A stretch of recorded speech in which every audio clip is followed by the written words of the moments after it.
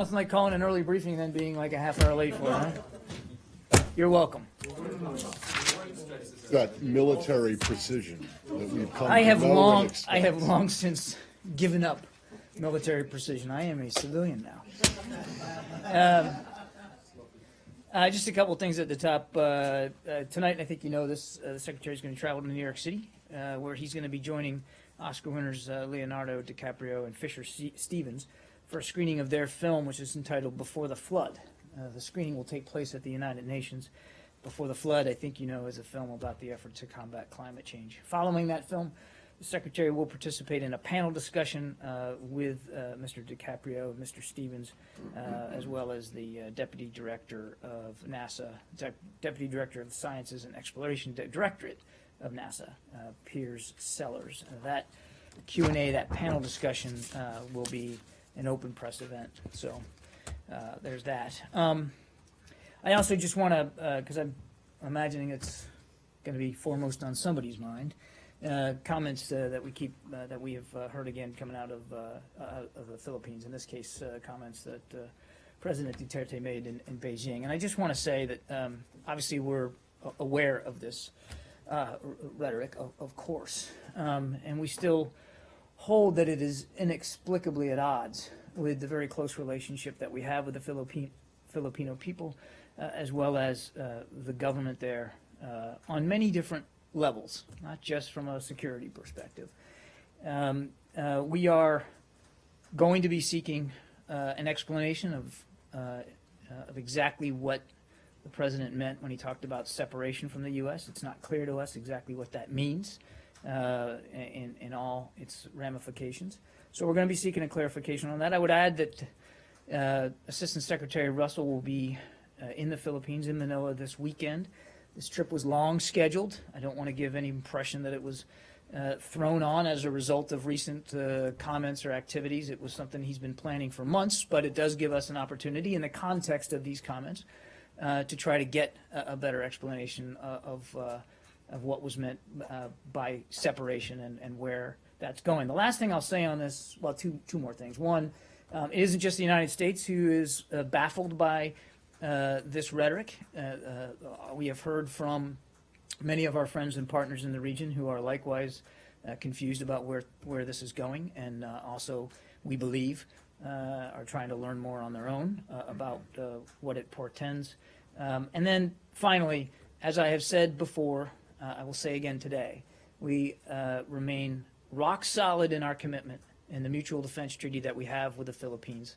That hasn't changed. There has been, for all the rhetoric we've heard, there has been no tangible application of the intent behind, or at least the stated intent behind some of the things that were made. And we're going to move, we're continuing to move forward and have every interest in seeing this 70-year alliance continue to grow and to develop and to deepen. That's our commitment.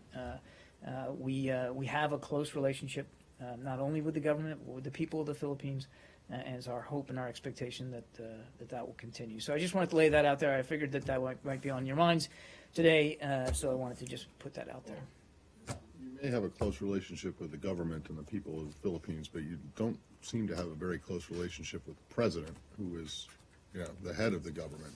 I'm just wondering if how could this possibly come as a surprise to you, given his increasingly nasty rhetoric over the course of the last several months, not just directed at the alliance or the military relationship, but also directed at your ambassador first, then the President of the United States.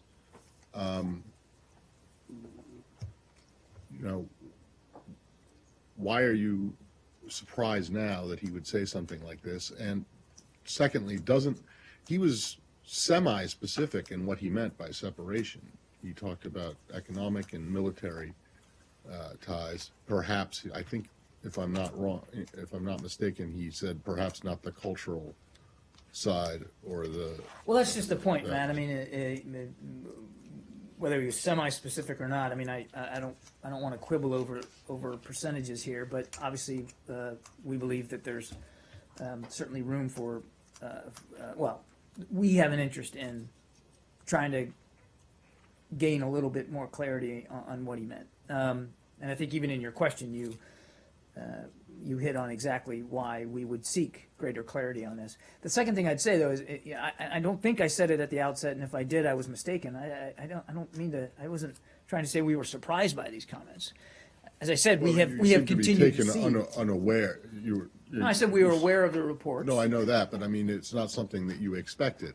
I mean, what I'm saying is that this came as a surprise to you when he said this in China, The specific correct? line about separation, Yes. did we know that was coming? No, we didn't know that was coming. Right. But this is yet another string in some pretty strong rhetoric that we believe is at odds with the kind of relationship that we have had and continue to have with the Filipino people. Do you have any reason to believe that anyone in the government below the president has similar feelings or intent?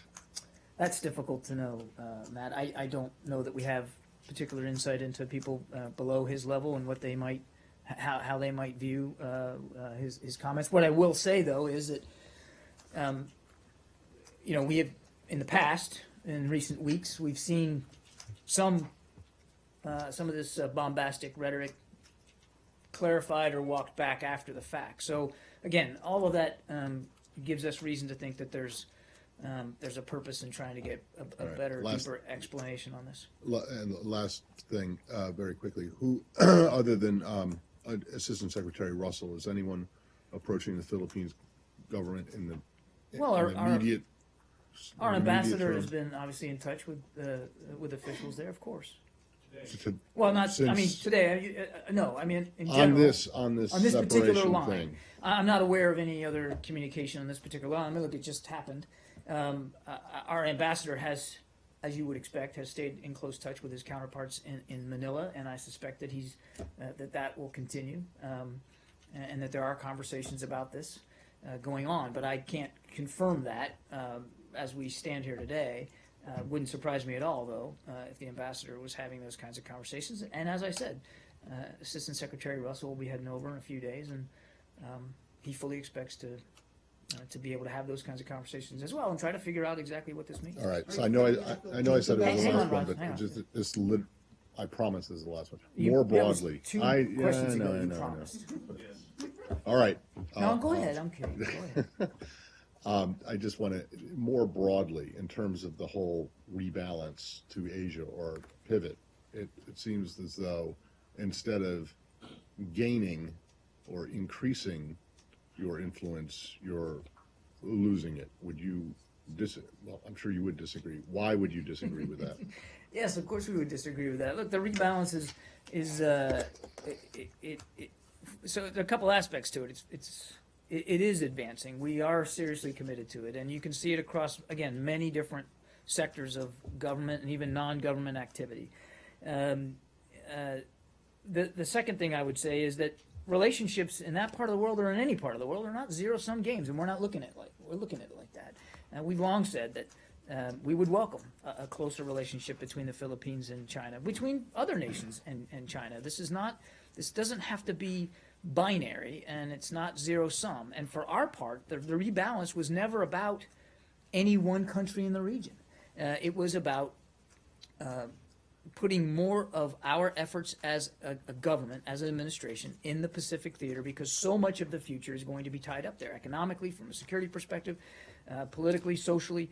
And so that commitment, our commitment to the rebalance, continues and will continue. And as I said, again, more specifically on the Philippines, we still have a mutual defense treaty that we take very seriously, our commitments to that, and that hasn't changed. We still have a strong military-to-military relationship. That hasn't changed. And in many aspects, aside from the rhetoric, the relationship with the Philippines remains very, very strong. When exactly do you expect Assistant Secretary Russell to be there? It's this weekend, Arshad. I believe he gets there on Sunday. We can have the EAP Bureau confirm that for you. But I talked to him just a little bit ago, and he told me he'd be there Sunday and Monday, I think is what he said. Second, do you think the Philippine President Duterte hopes to have his cake and eat it too? in other words, to assert closer ties with China, to assert separation from the United States, but to, because as you've repeatedly said, you have not had any formal notification or change in any of the underlying relationships, the mill-mill cooperation, et cetera, but to maintain the existing ties with the United States, his rhetoric notwithstanding. It's difficult for me, and I'd be a fool to try to get in the head of another leader in the world. I wouldn't do that. So I can't. I couldn't speculate about what might be behind some of the rhetoric and where the president is taking it, or where he wants to take his administration. I think that's for him to speak to. But I would like to just foot stomp what I said a few minutes ago, that we don't believe that relationships in that or any other part of the world have to be zero sum, or binary choices. We have a very strong relationship with the Philippines that goes way, way back. Like I said, a 70-some-odd year alliance, and we fully intend to continue that. We also welcome improved relations between China and the Philippines. If that is in fact what President Duterte is seeking, that we don't see that as a threat. We don't see that as unwelcome. We don't see that as counterproductive. Actually, quite the opposite. We think that improved relations between him and his neighbors, be that China or other countries, are all to the good, all to the good for stability in the region. The U.S. government had for many years a dramatically reduced, particularly military relationship with the Philippines, even though the treaty, of course, the alliance continued, but, Subic Bay was closed, the Sure. other, Why, to ask a simple question, why is it, from your point of view, so vital to maintain the mill-mill cooperation in particular, given the U.S.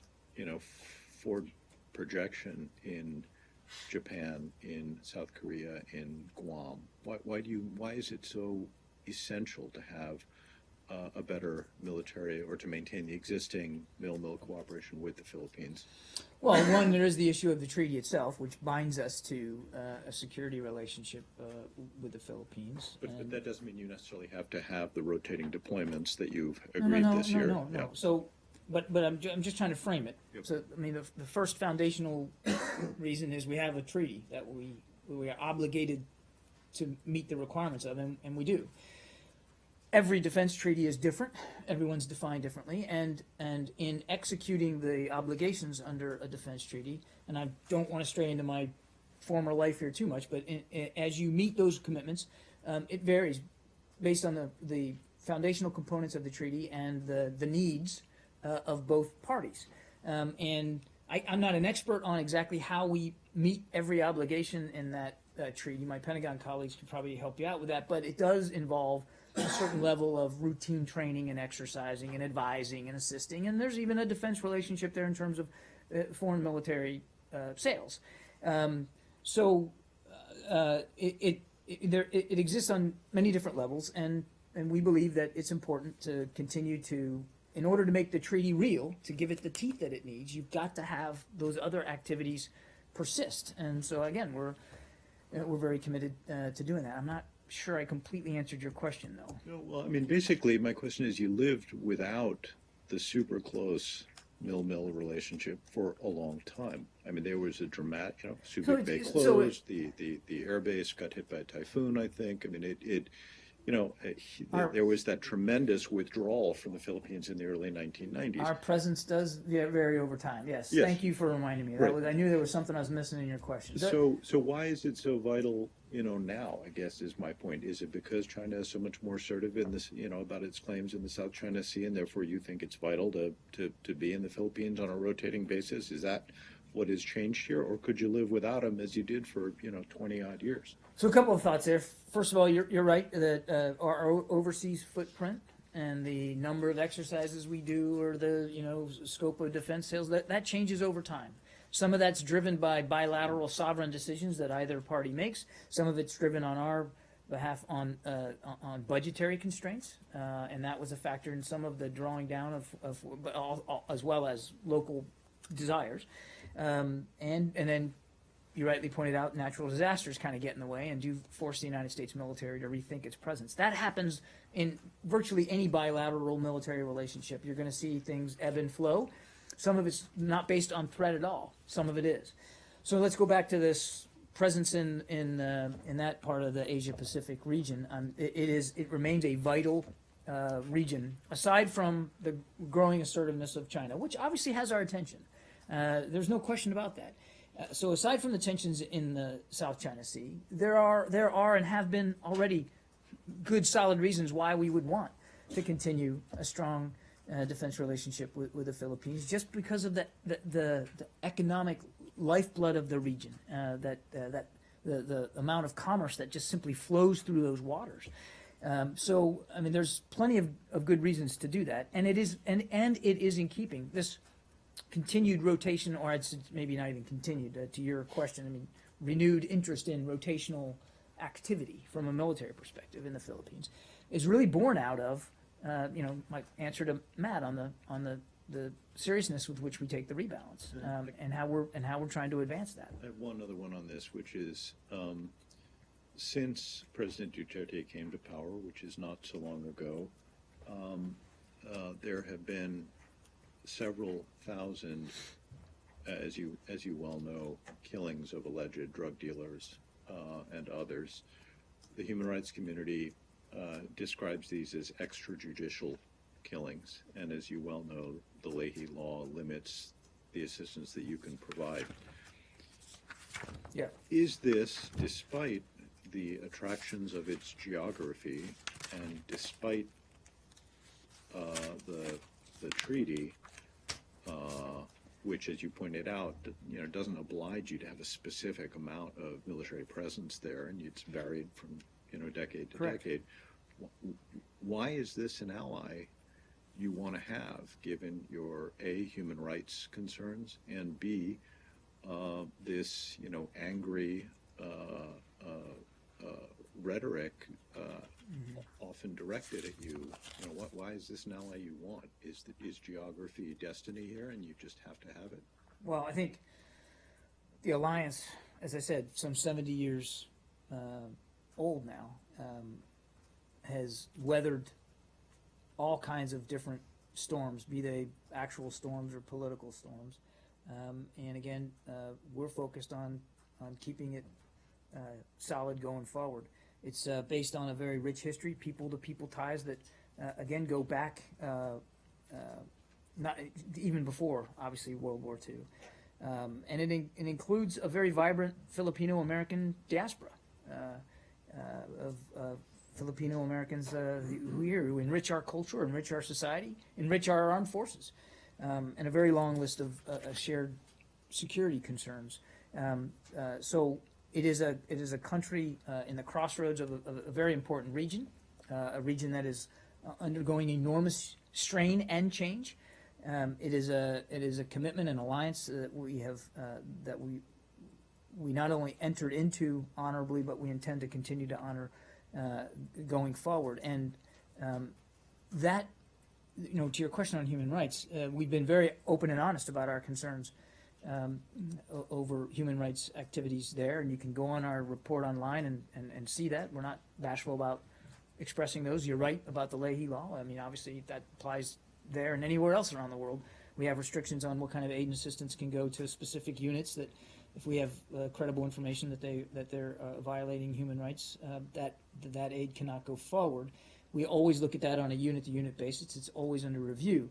But to your larger question, it is that we have human rights concerns, even with a treaty ally, doesn't mean that renders moot or invalid or undesirable the treaty itself and the larger foundation of the relationship. John, is the Philippines ambassador being summoned to explain President Duterte's comments?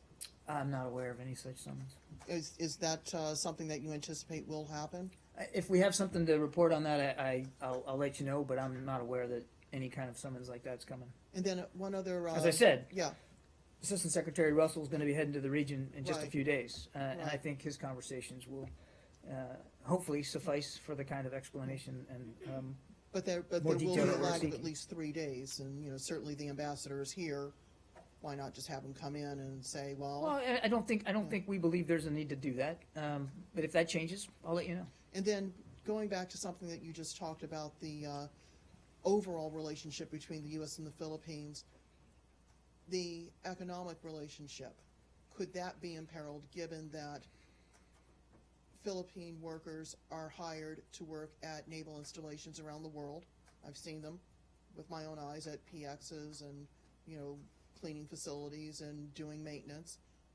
School teachers, registered nurses routinely get visas to come work here in the United States, sending home money to a country that I don't think is considered an economic superpower.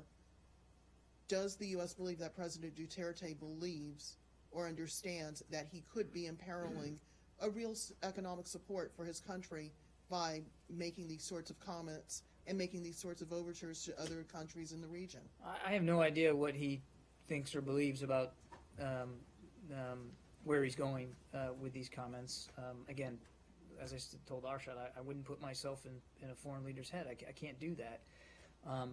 All I can tell you, but you're right. There are many the ties that bind us are many different areas of our sectors of our culture, society, and our government. And there is strong economic ties. And the United States does provide many billions of dollars for aid and assistance to Philippines. And when the Philippines have had natural disasters in the past, the United States was first into the fray to help. We very much want to see that those ties, we want to see those continue, and we want to see them deepen and strengthen. And there's really no reason why they shouldn't. And again, that's why these comments are baffling to us, and not just to us, as I said, to other of our friends and partners in the region. And that's why we'd like to get a little bit better sense of exactly what he meant when he said separation. What does that entail? Is it reasonable to assume that if President Duterte insists upon a change in the mill-to-mill relationship, that the U.S. in turn would reconsider its economic relationships, its visa policies, its immigration policies regarding the Philippines? I don't think it would be helpful to hypothesize or speculate about that kind of stuff right now. Obviously, that's not a future that we are interested in seeing. Huh? Philippines? Yeah, go ahead. So you mentioned that there were friends in the region that were also concerned about his comments. Can you be a little bit more specific on who those countries, or what those countries might be, and what the exact concerns they've expressed? No. Okay. Next question. And then also, do you have any specific comment on the fact that the Philippines has agreed with China to discuss on a bilateral basis the South China Sea issue? Can I confirm that the Philippines and China are discussing? Or do you have a response that they've agreed to bilateral talks? I've seen press reports that they have. I don't know that I can confirm that they've agreed to have bilateral talks on the South China Sea specifically. But as I said, we would welcome a closer bilateral relationship between the Philippines and China. And I would have every expectation that such a bilateral discussion and relationship would include what's going on in the South China Sea. That wouldn't shock or surprise us one bit.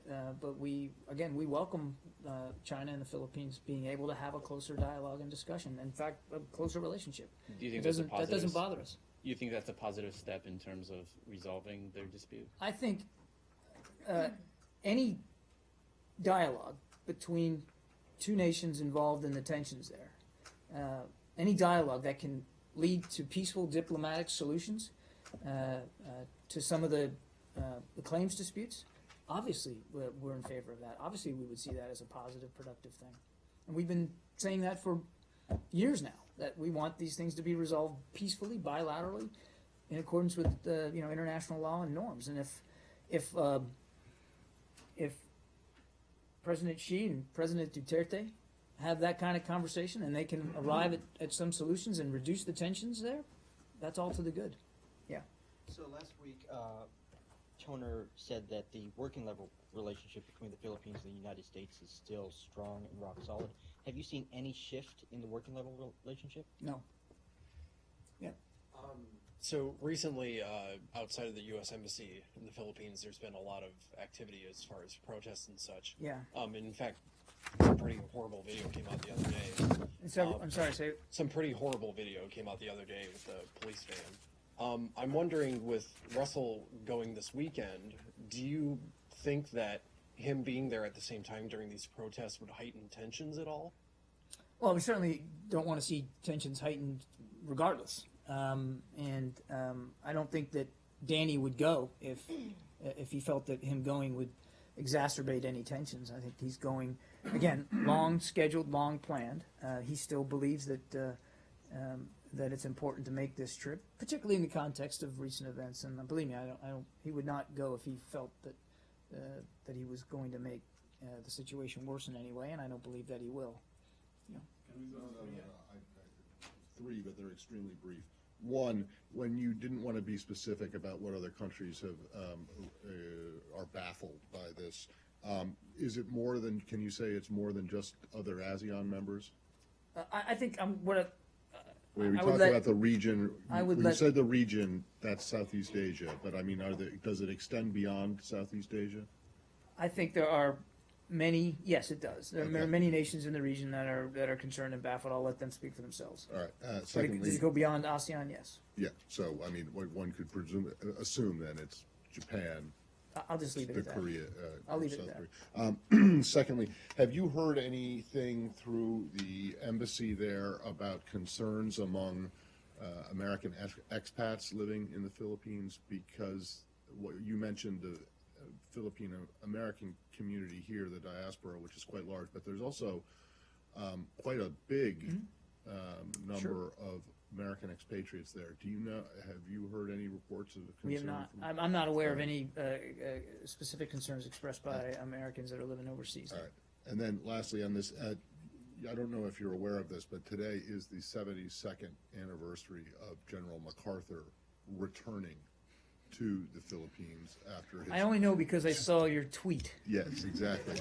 And I'm just wondering if this, if you see any connection, if it makes the sting a little bit worse, that this, whether it's a coincidence or not, happened on a historically, on a historically important day, particularly for the Philippines-U.S. relationship. You'd have to talk to, again, the president about No, I'm- his from motivations. this- No, from this end. I know. You'd have to talk to him about the timing of his particular statement and what it meant and whether it was time to coincide with General MacArthur's famous proclamation about returning to the Philippines. We are not focused on history here. We're proud of the history of the relationship. Obviously, I've talked about the 70 years of an alliance. We are very much focused on the future, and that's where our heads are, on the future. This is a very important alliance, very important relationship. So, sure. Okay. But in that context, of course, I want to ask about the ceasefire, but in that context, and the meeting between the Saudi Foreign Minister Had al-Jubeir and the Secretary of State, I'm sure they will be discussing the current ceasefire and perhaps proposal to extend it. I have no doubt that they will be discussing the situation on the ground in Syria to include trying to get a meaningful cessation of hostilities in Would you place. say that their meeting is dedicated to the Syria situation, or it is? Would I say their is the meeting- secretary dedicated? No, I mean, in this meeting, because there were some reports saying that it's going to focus on the ceasefire, the current ceasefire in Syria, and the role of the U.S. and the role of its allies, regional allies, and so on, and bringing or making the ceasefire that is currently in effect, has been in effect for the past few hours, to make it sort of go longer.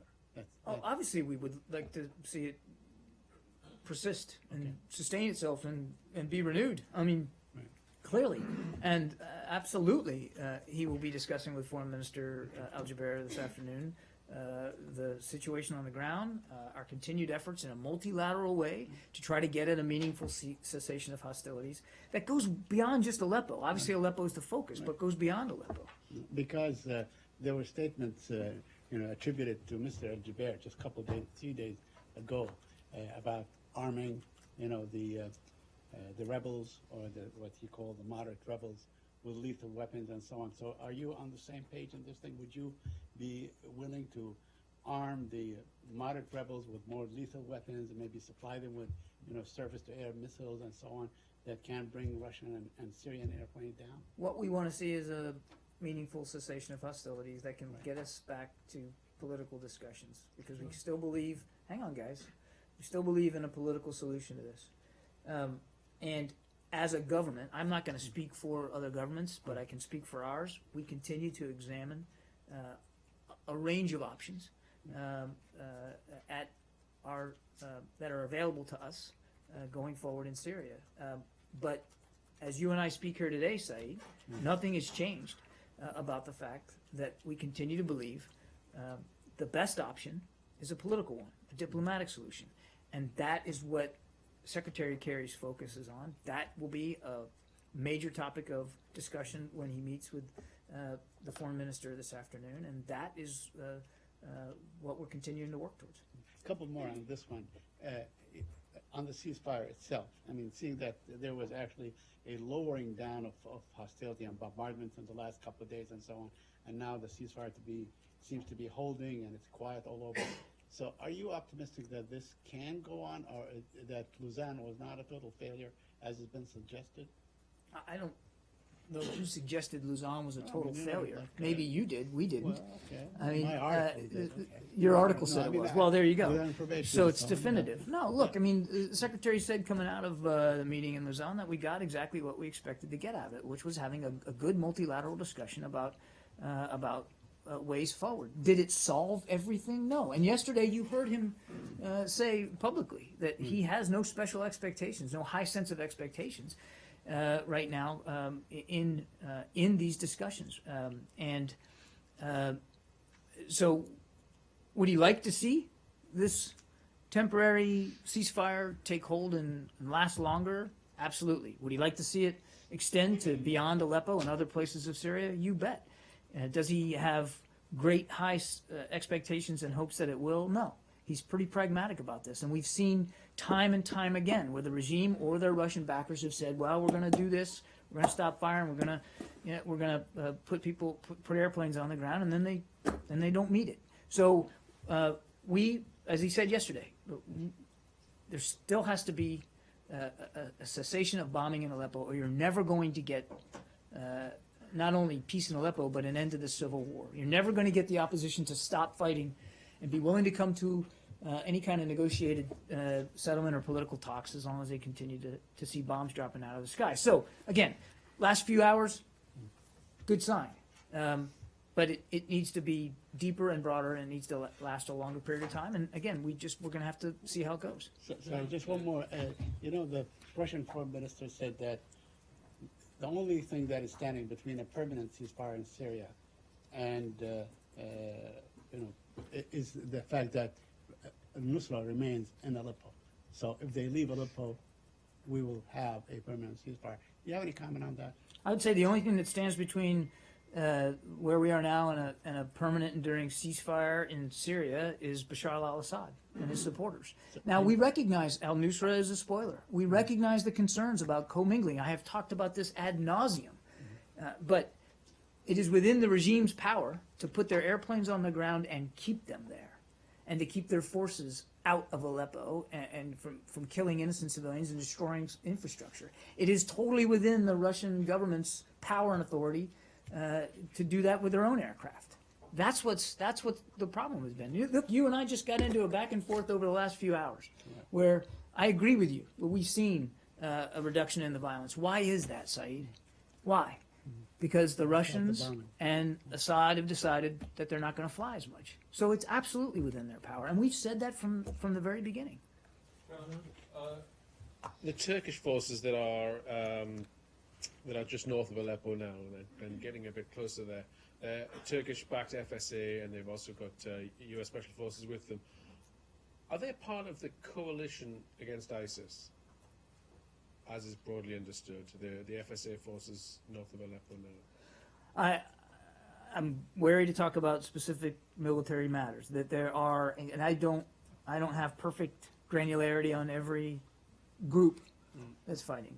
But the groups that I think it's safe to assume that groups that we are supporting, whether it's through air support or advising and assisting on the ground, and again, I don't want to get into my colleagues' knickers on this, but it's safe to assume that if we're supporting those groups, that they are considered to be part of the coalition against Daesh. What did you just say?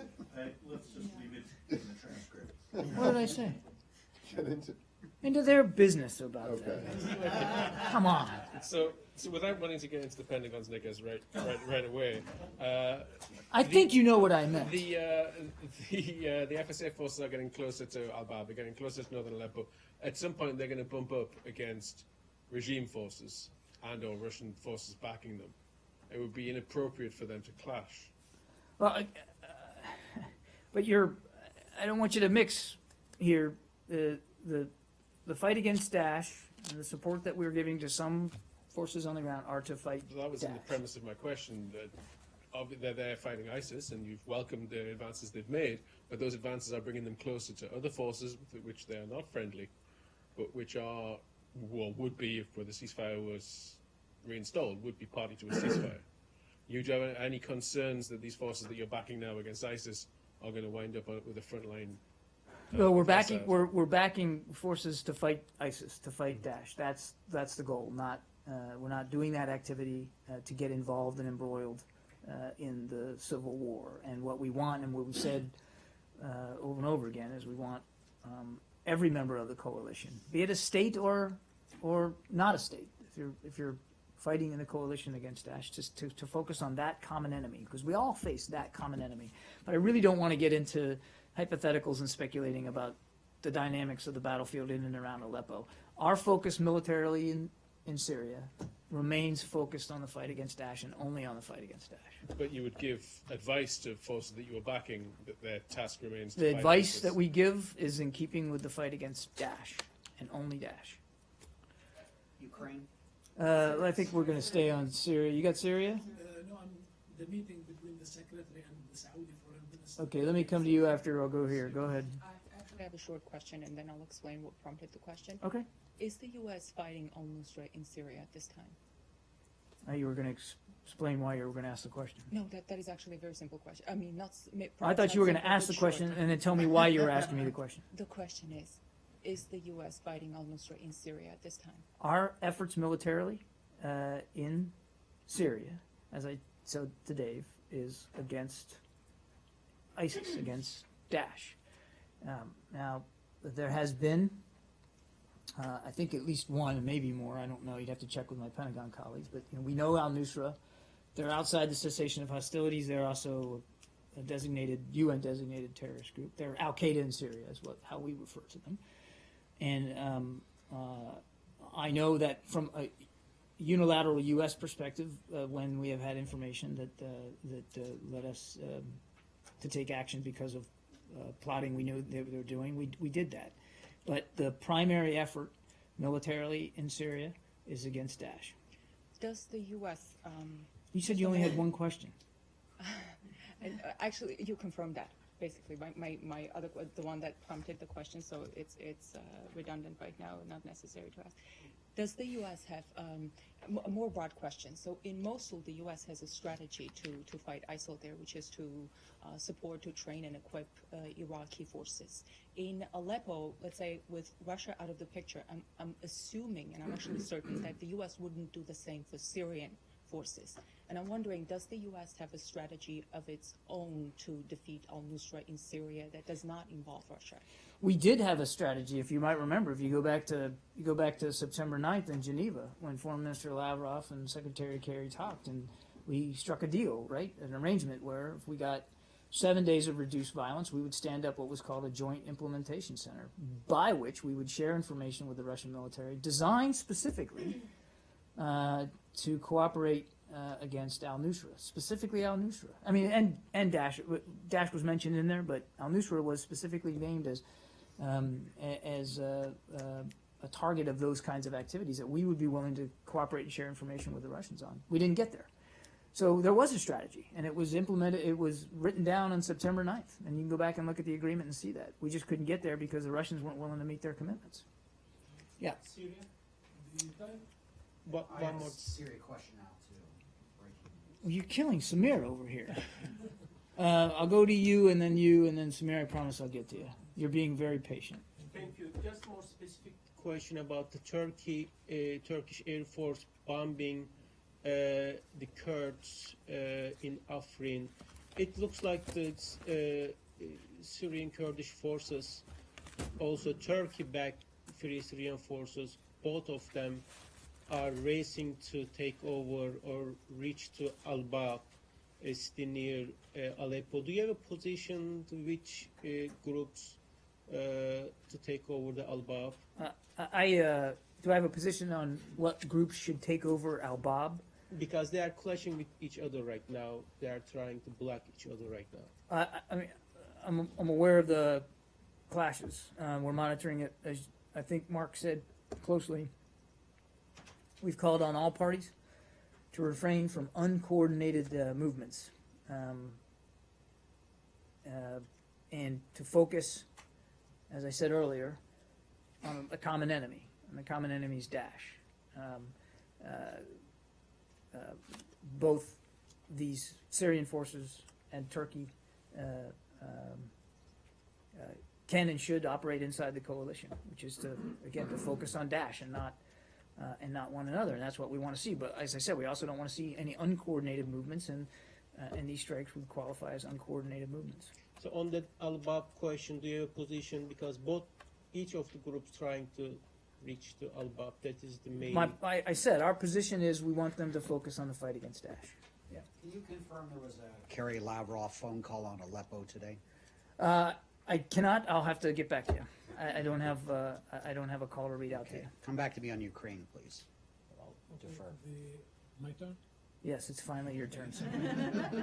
The Secretary's meeting with the Saudi Foreign Minister today comes at a time where reports published today that Iran is increasing its supplies of missiles to the Houthis via the border of Oman. Are you unhappy, like the Saudis, that Oman is not taking strong measures to prevent these smugglings? So let me back this up. I mean, we're aware that Iran provides lethal support to the Houthis. We have regularly and routinely called on regional actors to de-escalate the tensions in Yemen and the region, including abiding by the relevant UN Security Council resolutions, as well as the ceasefire, which all parties have said they would support. We've also repeatedly raised our concerns that Iran is providing lethal aid to the Houthis in Yemen, including at the UN, when Dow's smuggling Iranian weapons to the Houthis were interdicted at sea. So we have been, I think, very clear. Again, without getting into the specifics of diplomatic discussions, we've been very clear about our concerns with all of the partners in the region, including Oman, regarding the risks that these weapons used in these kinds of attacks pose to maritime traffic in the Red Sea, and also the risks that future incidents could inadvertently expand the conflict in Yemen, and particularly at this very delicate time, when we have a ceasefire budding here and a real chance to get the political talks back on track. Yeah. Iraq? Yep. So some question about Mosul. Some local Sunni leaders, they are blaming both Iraqi government and the U.S. government that they started the Mosul operation before reaching a political agreement about the aftermath of the operation, and that you and Iraqi government disregarded the calls from the Sunni leaders and also from President Barzani for reaching a political agreement. What is your take on that? I haven't seen those comments or those critiques. All I can tell you is that we have been in very close contact with leaders in Erbil as well as in Baghdad about the Mosul offensive, which is an Iraqi offensive. It's an Iraqi campaign plan, an Iraqi strategy. And we have been nothing but supportive of Prime Minister Abadi's efforts to provide the command and control infrastructure he needs in order to conduct this successfully. It's ongoing. It's going to be, we believe, still a tough fight, although some progress is being made. So again, I can't rebut specific comments I haven't seen, except to reaffirm for you that we have been in very close touch with leaders, both in Erbil and Baghdad, about this. And I might add that we have had active discussions with them, but as a U.S. government and interagency, but also with our Iraqi partners about what Mosul looks like after it's taken back, both from a political perspective and from a humanitarian assistance perspective. I mean, it's not like we haven't, and when I say we, I don't just mean the United States, I mean all of us, haven't thought about this and aren't actively planning and trying to coordinate for what it looks like when Daesh is finally evicted from Mosul. And obviously, the immediate focus is the actual task of taking Mosul back. But even as we are supporting that effort, we're continuing to having those active conversations. Again, with leaders both in Erbil and in Baghdad. And I think that will continue throughout. Okay, one more I got question time for about just a couple Mosul. more. One more question. I'll come back to you, Catherine, I promise. Go ahead. We'll go to you. One more question about You gotta be quick, though. Very I'm quick. running out of time. Sorry. So today, some local Peshmerga leaders, they're saying that they're not getting enough air support from the coalition, and because of that, they've lost some troops in the fighting today. Do you have anything to say about I really try to avoid getting into operational assessments, particularly in an operation that's ongoing. I would really point you to my Pentagon colleagues to speak to that. Obviously, our role from the United States is to support Iraqi efforts with primarily through training, advising, and assisting. I'll let my Pentagon colleagues speak to things as they unfold on the battlefield. I really don't want to get into doing that. The Ukrainian government says they were in close contact with U.S. officials before this Normandy 4 meeting in Berlin, and that the U.S. supports Kiev's position. Do you have anything on the U.S. role and position with regards to the roadmap for the Minsk agreement's implementation? Well, as you know, we continue to support the full implementation of the Minsk agreements. We've stated that on numerous occasions. We are not part of the Normandy group. I won't speak to things that the members of that group have decided on. I think your question about a roadmap is really better put to them, not to us. We support the process and we support their ongoing work. But I would refer you to our French and German colleagues for more on the roadmap. I'm just not. It wouldn't be appropriate for me to speak to that. Catherine, you're going to have to be the last one of the day. It's on the Patrick matter. Is it the State Department's position that the FBI interviews contain significant errors? I don't think we would say that, Catherine. I think, look, those were interviews with officials. They were those 302s are just that. They're notes. Actually, they're notes from interviews. They're not facts. They're not conclusions. They're not investigative work. I can't speak for the recollections of the individuals who were interviewed or their. No. Hang on a second. Yeah, But I know you're going to interrupt me here, but let me finish. I can't speak for those recollections. What I can speak for, and what Pat Kennedy has already spoken for, is his recollections of those conversations and his very firm belief, a belief that was backed up, oh, by the way, by the institution of the FBI itself, that there was no bargain sought or even suggestion. Well, then you do agree with me. State Department's position is that the FBI records contain errors. What I'm saying is that there was no bargain sought by Undersecretary Kennedy. There was no bargain suggested, and there was certainly no bargain enacted. I cannot speak for the recollections of the individual who was interviewed. Just to follow up, I have a specific on the November 2012, which is the email that was the subject of discussion. Why was Patrick Kennedy working so hard to bury this email?